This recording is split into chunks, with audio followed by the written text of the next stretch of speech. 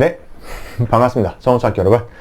일단 정말 시험 보느라 정말 수고 많았습니다. 어떻게 보면은 이 코로나19로 정말 온라인 수업이라는 어떻게 보면 사상 초유의 이런 어려운 환경 속에서 정말 여러분이 집중도 잘해줬고, 또 수행평가 선생님이 채점을 했는데 노트 필기도 정말 잘해줬더라고요. 그래서 정말 고맙고, 수업에 잘 참여해줘서 정말 여러분에게 존경심과 감사한 마음을 표하면서, 그리고 여러분이 또 선생님이 근데 그렇게 잘 참여해서 고맙다라는 말을 하면서 선생님이 지난주부터 좀 많이 고민을 했어요. 왜냐면은 이제 시험도 없고, 어떻게 보면 이제 노트 필기도 이제 안 할 거거든요. 이제 여러분이 시험도 끝났기 때문에 좀 부담을 이제 덜어주고 싶어서 노트 필기도 안 할 거예요. 그런데 여러분이 과연 수업에 잘 참여를 할까? 라고 솔직히 지난주부터 좀 걱정이 많았어요. 그래서 어떻게 해야 여러분이 좀 집중에 잘 참여할까? 라고 고민했다가 그 결과가 이렇게 막 약간 환경을 좀 바꿔볼까 해서 막 꽃도 갖다 놓고, 선생님이 가장 좋아하는 기타도 갖다 놓고 했는데, 약간 배경이 좀 허하더라고요. 그냥 혼자 하니까. 그래서 이렇게 갖다 놓기도 했는데, 약간 선생님이 수업에 잘 참여해달라는 그런 마음을 표현한 장식물입니다. 좀 부끄러운데, 막 아내가 관종이냐고 막 좀 그래가지고. 아무튼 잘 참여해주면 좋겠다라고 저번 주부터 계속 막 수업 준비를 했는데, 수행평가를 딱 채점하면서 느낀 게, 우리 친구들 이렇게 선생님이 막 걱정 안 해도 충분히 많은 친구들이 시험이 끝났다 하더라도 잘 참여하겠구나 라고 생각이 좀 들었습니다. 그래서 수업 잘 참여해주면 좋겠고, 일단 수업 그리고 시험 보느라 정말 수고 많았습니다. 이제 남은 주제들이, 역사 주제들이 6.25 전쟁, 뭐 민주화 운동, 경제 개발, 그리고 통일이란 주제로 이제 남은 역사 주제, 한국사 주제들이 있는데요. 정말 여러분, 아직 우리가 분단 상태잖아요. 그리고 6.25 전쟁이 끝난 게 아니에요. 이거 휴전 상태거든요. 지금 우리나라 지금 휴전 중이에요. 북한이 휴전 중이어서 아직 진행 중인 사건입니다. 그리고 어떻게 보면 민주주의도 점점 발달되고, 지금도 더욱더 발달되고 있고, 또 경제 개발도 우리가 성공을 했지만, 어떻게 보면 성공을 했죠. 정말 폐허 속에서 성공했던 경제 개발이 있는데, 또 거기에 따른 빛과 그림자, 그리고 지금도 어떻게 진행이 되고 있나. 그 통일 같은 것도, 통일 문제도 지금도 아직도 우리가 성공하지 못한, 아직 통일을 꼭 해야 되는데 이제 어떻게 할 것인지 논의를 해야 되는 그런 문제이죠. 어떻게 보면 남은 주제들이 정말 오늘날 여러분이 대한민국을 살아가면서 꼭 알아야 될 사회 문제들이고, 어떻게 보면 우리의 과제예요. 그래서 여러분이 남은 주제들을 정말 집중 잘해주길 바란다고 얘기를 하면서, 오늘 수업은 6.25 전쟁이거든요. 한번 6.25 전쟁에 대해서 배워보도록 하겠습니다. 여러분, 지금 사진을 하나 떴는데, 이 사진에 있는 그 동상이 바로 미국의 그 해군 박물관에 있는 레클리스라는 말 동상이거든요. 이 레클리스라는 말, 바로 6.25 전쟁과 관련되어 있는데요. 정말 만화 같은 일이 있습니다. 어떤 일이냐면, 때는 바로 이제 6.25 전쟁이 일어나고 나서 미군이 이제 유엔과 함께 참전을 하게 되었죠.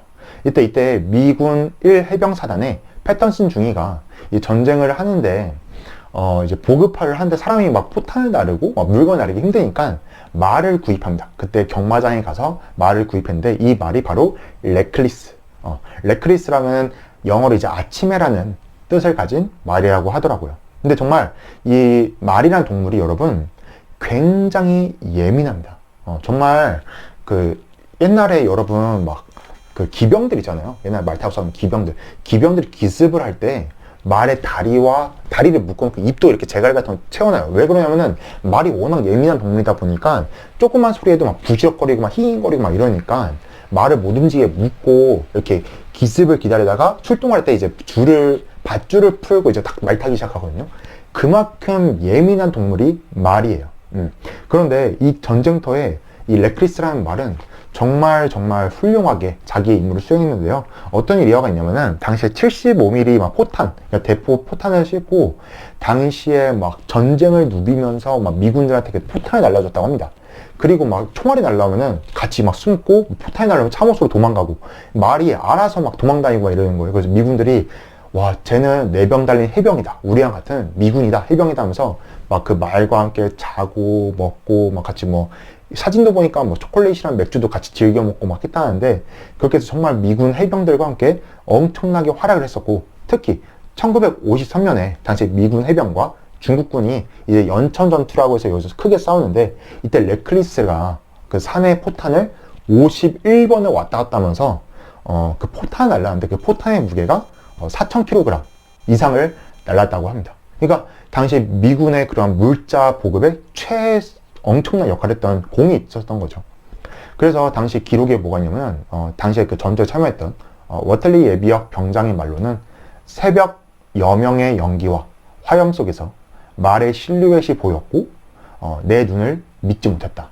바로 레클리스였다. 이런 기록이 있습니다.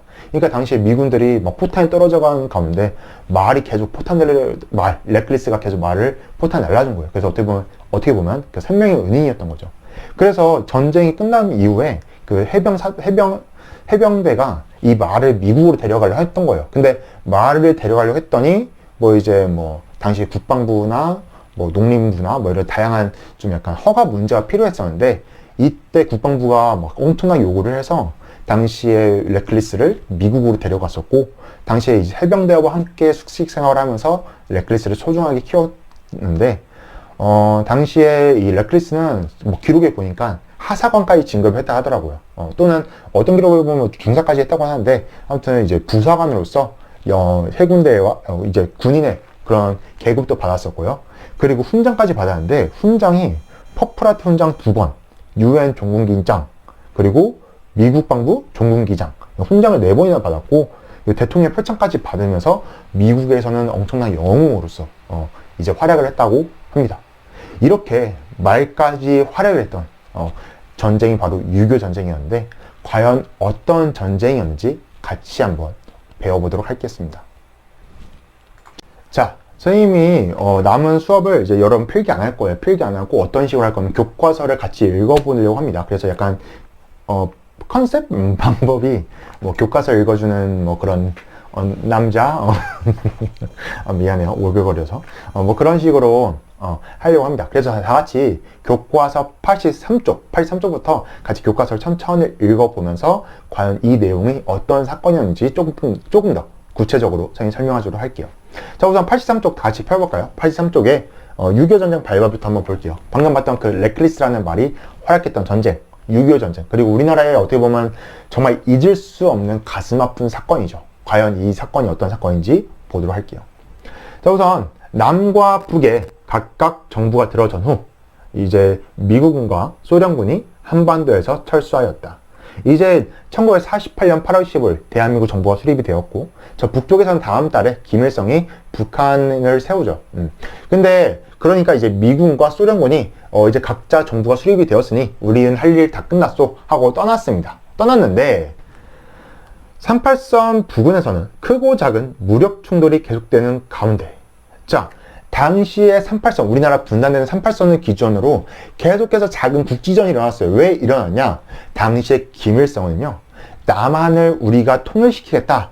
무력으로 우리가 통일시켜서 우리가 이제 한반도를 어떻게 보면 다 먹겠다라는 그런 욕심이 이 김일성한테는 있었습니다.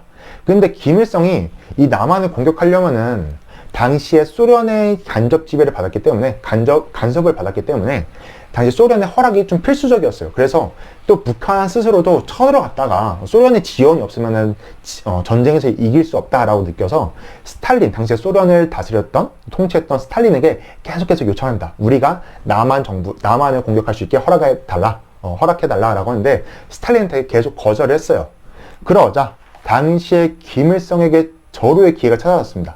왜 하필 1950년 6월 25일 북한이 남한을 왜 공격해 왔냐면요, 1949년 10월 1일이었습니다. 10월 1일에 당시에 중국의 국민당, 장제스가 이끄는 국민당이 당시에 마오쩌둥이 이끄는 중국 공산당에게 지게 돼요. 밀리면서 당시에 장제스는 대만으로 이동해서 지금 대만이 된 거죠.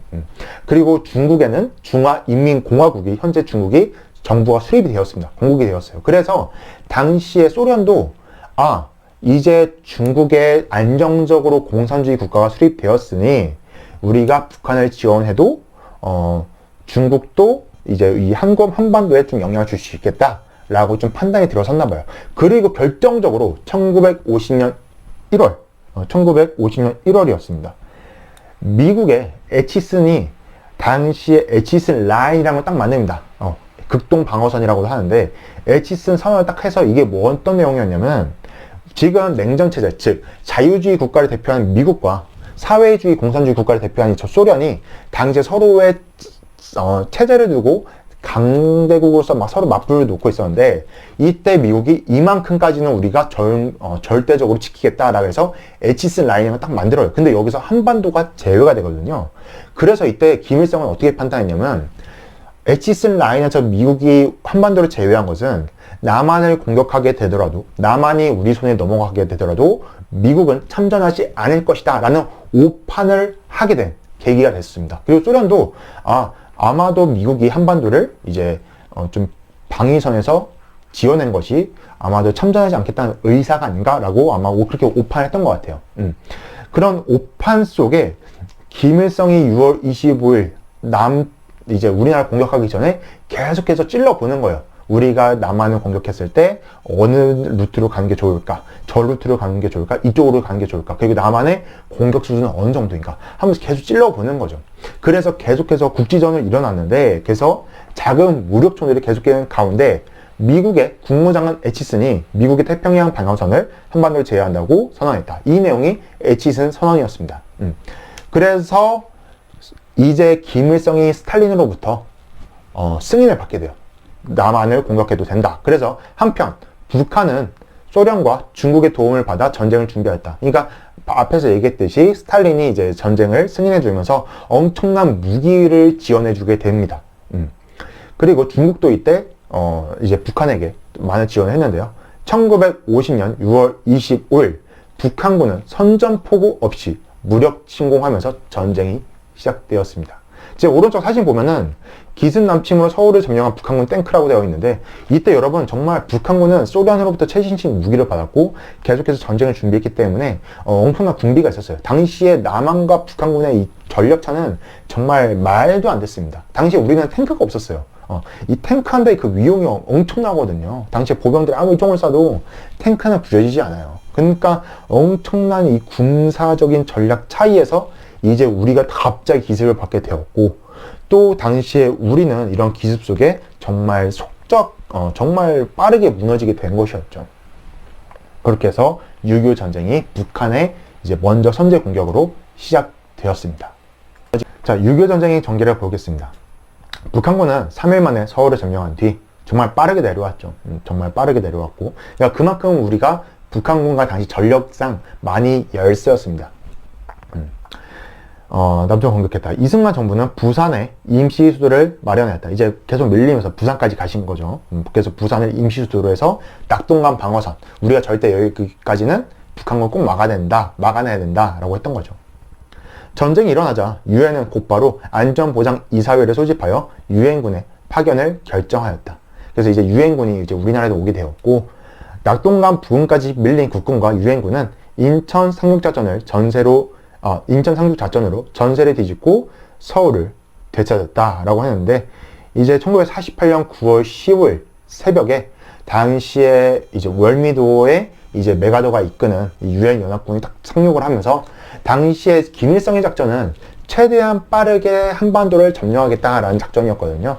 근데 이때 인천을 점령하고 서울을 수복한 다음에 그 북한군의 진입로를 막았다면 이 보급로가 차단이 되면서 낙동강까지 온 북한군이 고립이 된 상태에 빠져요. 그러니까 이 작전을 노리기 위해서 인천에다 상륙을 한 건데, 그 당시에 메가더 장군은 정말 인천은 솔직히 상륙하기에 최적의 장소는 아니었습니다. 왜냐하면 조수간만의 차가 너무 심해요. 갯벌이 있고 조수간만, 즉 썰물과 민물대 그 파도 깊이가 너무 달라서 정말 좀 약간 상륙작전 하기에는 좋지도 않았고, 그리고 당시 북한군이 상륙하는데 정말 거기에다 집중 포화를 하면은 정말 우리가 속수무책으로 다 무너지게 되잖아요. 그래서 메가더 장군은 고민을 해요.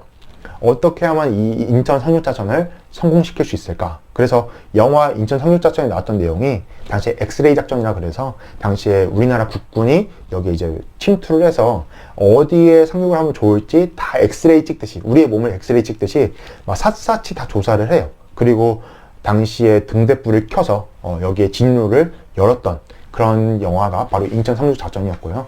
또 인천 상륙작전을 성공할 수 있게끔 정말 기억해야 될 사건이 하나 있는데요. 그게 바로 장사리 전투였어요.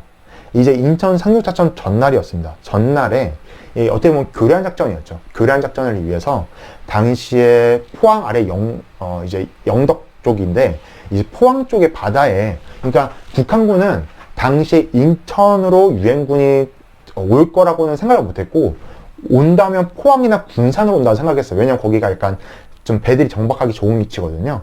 그래서 당시에 메가더 장군이 당시에 포항에다가 교란 작전을 위해서 군대를 투입시킨 거예요. 근데 당시 낙동강을 지키기에도 군인 수가 모자란데 여기에 군대가 갈 수가 없는 상황이었습니다. 그래서 이때 갔던 사람들이 누구였냐면 정말 좀 안타깝게 당시 제1 유격대대라는 사람들이었는데요. 이 제1 유격대대는 당시에 소수의 국군과 중고등학생들로 구성된 부대였어요. 그러니까 우리나라 군인이 없다 보니까 당시에 학도병, 그러니까 이 나라를 잃을 수 없다. 그래서 여러분과 같은 중학생, 고등학생이 자원적으로 나 군인이 되겠습니다 해서 이제 학도병을 학생들이 이제 군인이 되었는데, 그런 학도병들로 이루어진 군부대였어요. 제1 유격대대. 이 제1 유격대대는 단 2주 만에 군사 훈련을 받고 전쟁에 투입되었는데요.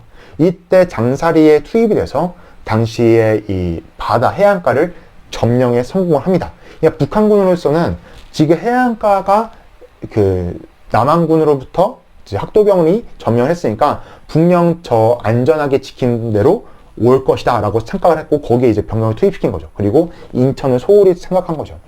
근데 다음날 어쨌든 작전에 성공했고, 다음날 안전하게 인천의 유엔 연합군이 이제 상륙을 해서 전세를 뒤집었습니다. 그러니까 이 제1 유격대대의 임무는 완수를 했던 거죠. 근데 정말 안타깝게도 다음날 이 학도병들과 제1 유격대대가 철수를 해야 되는데, 이 당시에 여기가 이제 바다가 그 보급선이 철수를 하는 그 배가 안정적으로 올 수가 없는 거예요. 그래서 이 몇 명만 철수를 하고 소수의 부대가 다른 부대원들이 안전하게 철수할 수 있게 막아놓고 이제 희생을 당하면서까지 이제 철수를 했는데, 이 과정에서 많은 학도병들이 희생을 당했죠. 그러니까 이렇게 정말 인천 상륙작전이 성공할 수 있게끔 우리의 정말 수많은 사람들, 수많은 학도병과 국군의 그러한 희생이 있었다는 것도 우리가 기억을 하면서 그분들이 지금 다 어떻게 보면은 이름도 알려지지 않고 어딘가에 묻혀 계시거나 지금 역사 속으로 잊혀지게 됐거든요. 그러니까 우리가 꼭 기억을 하면서 정말 그분들에게 감사 마음을 가지면서 좀 6월 25일이나 또는 현충일에 그분들 좀 기리는 마음을 가져야겠다라고 생각하면 좋겠습니다. 아무튼 이러한 인천 상륙작전을 통해서 우리가 전세를 극복하게 되었고, 당시에 정말 빠르게 다시 우리가 유엔 연합군과 함께 우리 국군이 함께 북한 쪽으로 넘어가기 시작합니다. 그래서 10월 1일에 드디어 38선을 넘었거든요. 그래서 10월 1일이 국군의 날입니다. 우리가 북한군부터 침투당한 지 이제 약 6월 25일이 지나고 한 4달 만에, 3달 좀 지나서 드디어 우리가 전세를 역전했거든요. 다시 38선을 우리가 넘어가게 됐거든요. 그래서 이날이 이제 국군의 날인데, 당시에 정말 우리가 나라를 잃을 뻔했던, 위기를 극복했던 그 작전이 인천 상륙 작전이었다 라고 보시면 되고, 이때 정말 파죽지세 우리가 오히려 막 넘어갔었는데, 교과서를 계속 볼게요. 이어 38도선을 넘어 압록강까지 진격하였다. 이제 두만강, 압록강. 이제 북한은 거의 멸망 직전이었죠. 그러나 중국군이 개입하면서 좀 문제가 생겼어요. 중국군이 개입하면서 다시 서울을 빼앗기고 후퇴했다. 이게 바로 일사후퇴입니다. 1951년. 당시에 중국 입장에서는 만약에 북한이 없어지고 한반도에 이제 어떻게 보면은 자유주의 국가가 생기고 또 미국의 우방이 생긴다면 중국 입장에서는 굉장히 위기에 봉착하게 되는 거예요. 약간 그러니까 우리 한반도는 지정학적 위치가 굉장히 중요하거든요. 아시아와 저 태평양 있는 중간에 있잖아요.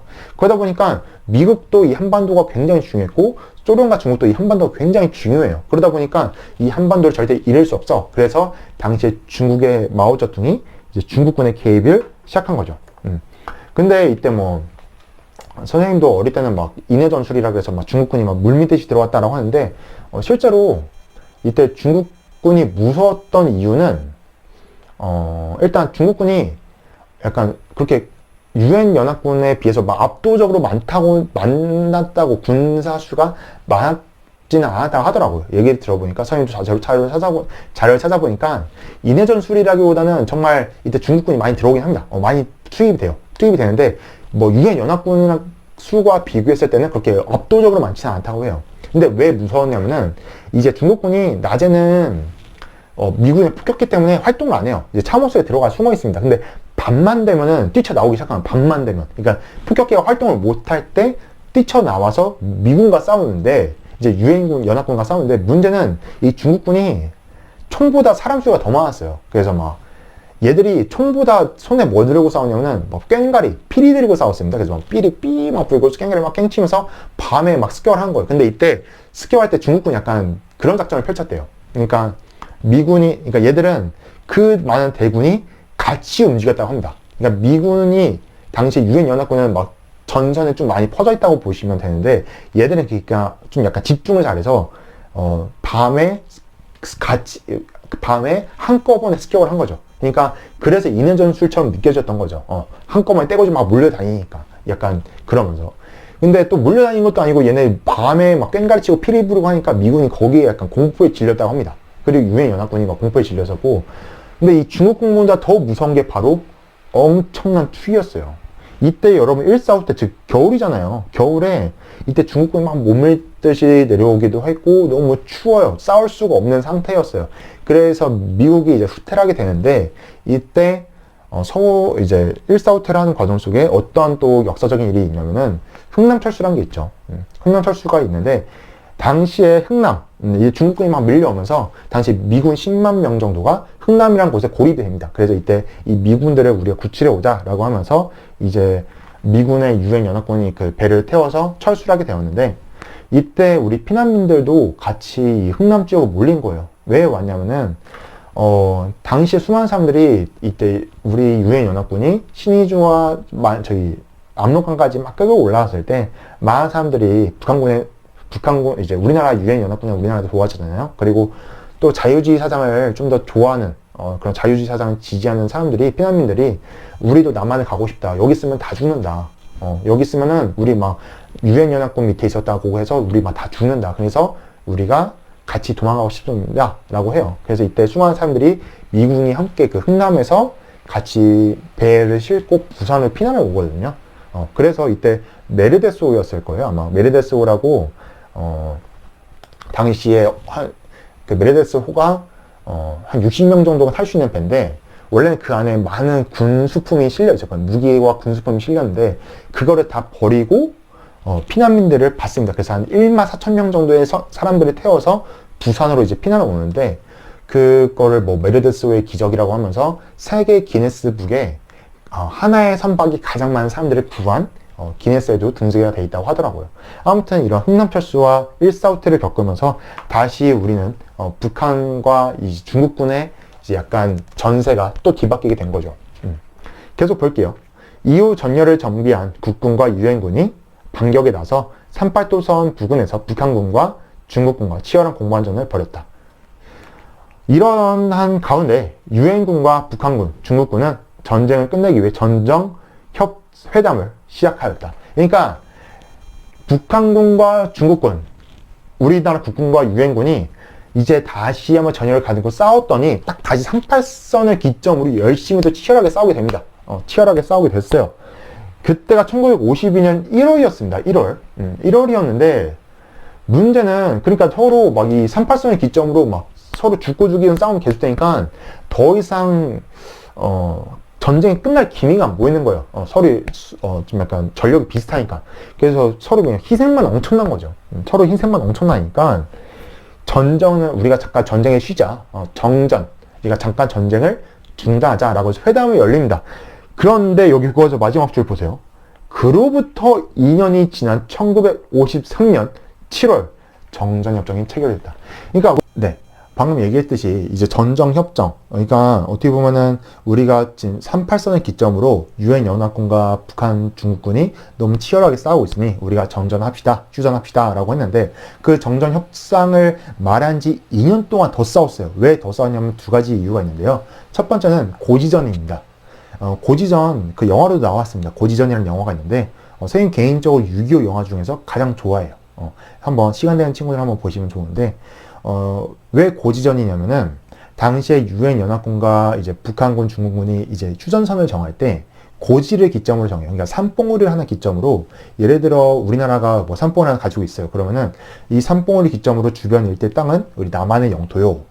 반대로 이제 북한 어떤 산 하나 가지고 있으면 이 산을 기점으로, 이 고지를 기점으로 이제 주변 영토를 이제 북한의 영토입니다 라고 해서 서로 치열하게 영토 땅 따먹기 전쟁을 한 거예요. 그러니까 서로 고지를 점령하려고 막 싸우는데, 정말 이 과정 속에서 여러분 2년이라는 시간 동안에 누가 더 많은 땅을 가질 거냐라는 싸움 속에 정말 많은 사람들과 청년들과 그 군인들이 희생을 당했습니다. 정말 이때 6.25 전쟁은 거의 이 고지전에서 다 희생당해요. 정말 수많은 사람들이 서로 땅 가지려고 막 싸우면서 정말 많은 사람들이 죽게 되는데, 그걸 다룬 영화가 고지전이거든요. 한 번씩 좀 시간이 되면은 한번 보시면 굉장히 좀 생각을 좀 할 수 있는, 정말 좀 고지전이라는 게 얼마나 가슴 아픈 역사인가 알 수 있고, 좀 전쟁의 참혹함을 좀 알 수 있습니다. 두 번째 이유는 포로 송환 문제 때문이었는데, 당시에 어떤 사람들이 더 이제, 그러니까 북한에 잡혀온 남한군, 뭐 남한에 잡힌 북한군, 이 포로들을 어떻게 돌려보낼 거냐라는 문제로 또 싸우게 돼요. 당시 뭐 북한은 각자 나라로 다시 돌려보내자라고 했고, 뭐 당시 유엔 연합군은 포로한테 정하자. 북한으로 갈 건지 남한에 남을 건지 아니면 다른 나라 갈 건지 포로한테 정하도록 하자라고 해서, 이것 때문에 또 의견이 안 맞아서 또 2년 동안 더 싸우거든요.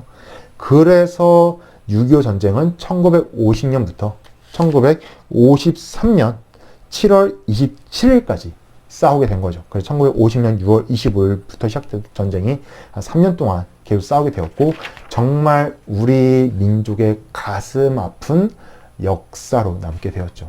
두 번 다시는 이런 전쟁이 일어나지 않아야 되죠. 자, 84쪽 6.25 전쟁의 피해와 영향입니다. 6.25 전쟁은 같은 민족끼리 총뿌리를 겨누고 서로 죽이는 비극이었다. 정말 비극이었죠. 같은 우리 민족이, 아마 이때 솔직히 군인들도 서로 뭐 자유주의가 뭔지 사회주의가 뭔지 몰랐을 거예요. 솔직히 몰랐을 거고, 어떻게 보면은 그런 김일성의 오판, 김일성이 무력으로 우리를 점령하겠다, 그런 오판 속에 이러한 전쟁이 일으켰고, 그러한 잘못된 선택으로 정말 우리 민족은 큰 피해를 입었고, 그 피해로 인해서 지금까지도 이런 분단의 아픔이 있는 거죠.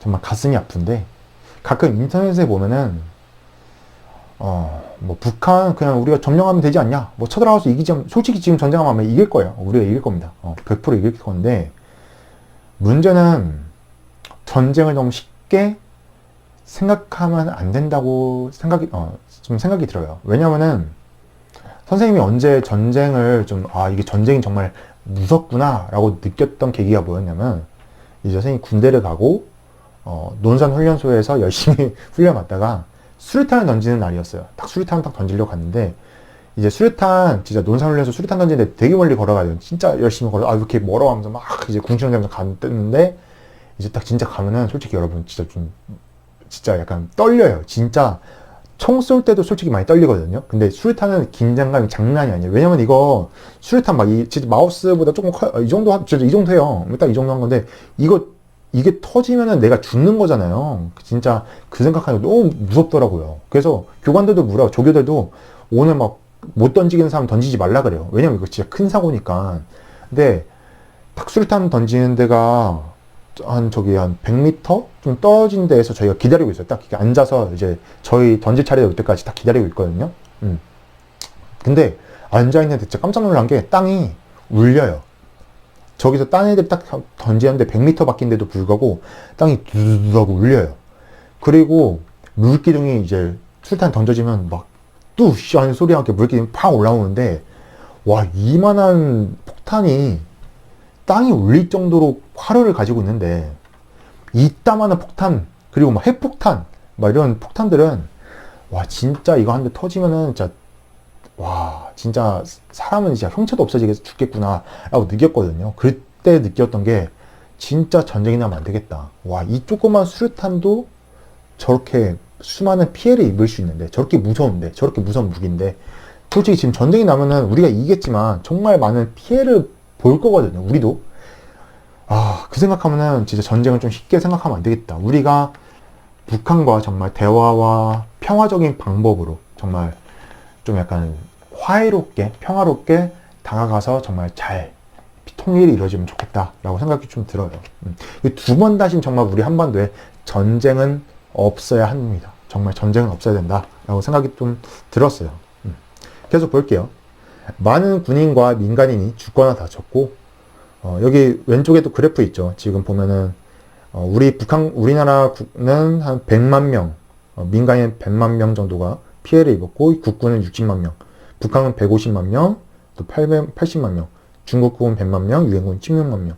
그러니까 엄청나게 진짜 엄청나게 많은 사람들이 이 전쟁으로 인해서 다치고 돌아가시게 된 거죠. 수많은 고아와 이산가족이 생겨났다. 남한과 북한의 건물과 공장을 비롯한 산업시설은 대부분 잿더미가 됐다. 이때 정말 전 세계적으로 우리나라, 한국은 끝났다. 여기 뭐 이제 폐허밖에 안 남았는데 이 나라 어떻게 되겠냐라고 했는데, 그런 나라를 정말 우리가 지금 강대국으로 어떻게 보면 정말 빠르게 성장시키고 우리나라의 국민이 정말 대단한 힘을 가지고 있다라는 걸 생각할 수 있죠. 무엇보다 전쟁으로 남북 간의 대결의식과 적대의 감정이 높아지면서 분단이 더욱더 굳어가다. 정말 안타깝죠. 그러니까 남북이 한민족으로서 우리는 같이 언젠가 통일을 합시다라는 그런 통일 의식보다는 6.25 전쟁으로 인해서 적이 된 거잖아요. 지금도 휴전 상태고 어떻게 보면 우리는 이제 북한과 적인 상태잖아요. 그러한 체제가 지금 가슴 아프죠.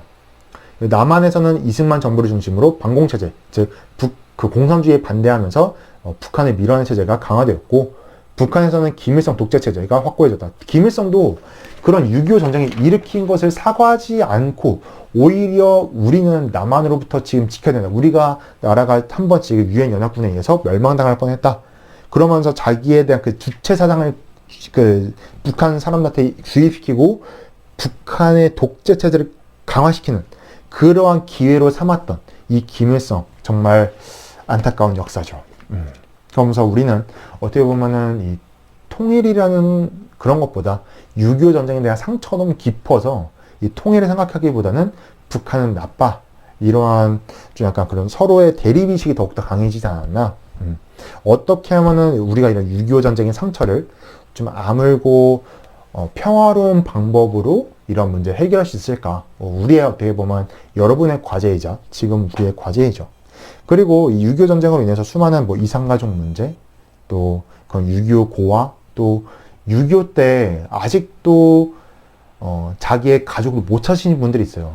여전히 그 고지나 6.25 전쟁 속에 묻힌 이름 알려지지 않은 장병들, 그리고 그런 걸 또 유해 그런 발굴단이 있거든요. 그래서 유골 같은 거 이제 발굴을 해서 이제 가족의 품으로 돌려주는 그런 작업들이 아직도 있는데, 이러한 상처들이 빨리 아물면서 이제 평화에 대한 논의가 시작되면 좋겠습니다. 이거 다시 한번 얘기하지만 정말 6.25 전쟁 같은 비극은 두 번 다신 일어나지 안 된다라는 것 잘 기억하시면 좋겠습니다. 자, 오늘 그래서 첫 번째 시간 6.25 전쟁에 관련된 교과서 내용을 같이 읽어보았는데요. 조금 선생님이 처음 읽다 보니까 좀 많이 부족한 점도 있었는데, 다음번에도 잘 준비를 해서 여러분한테 더 좋은 내용으로 다가갈 수 있도록 할게요. 그래서 이렇게 잘 참여해준 여러분 감사하고요. 다시 한번 우리가 6.25 전쟁이 정말 우리 민족의 가슴 아픈 사건이었구나, 두 번 다시 일어나지 안 되겠다 라고 생각하면서 오늘 수업은 여기서 마무리하도록 하겠습니다. 감사합니다, 여러분.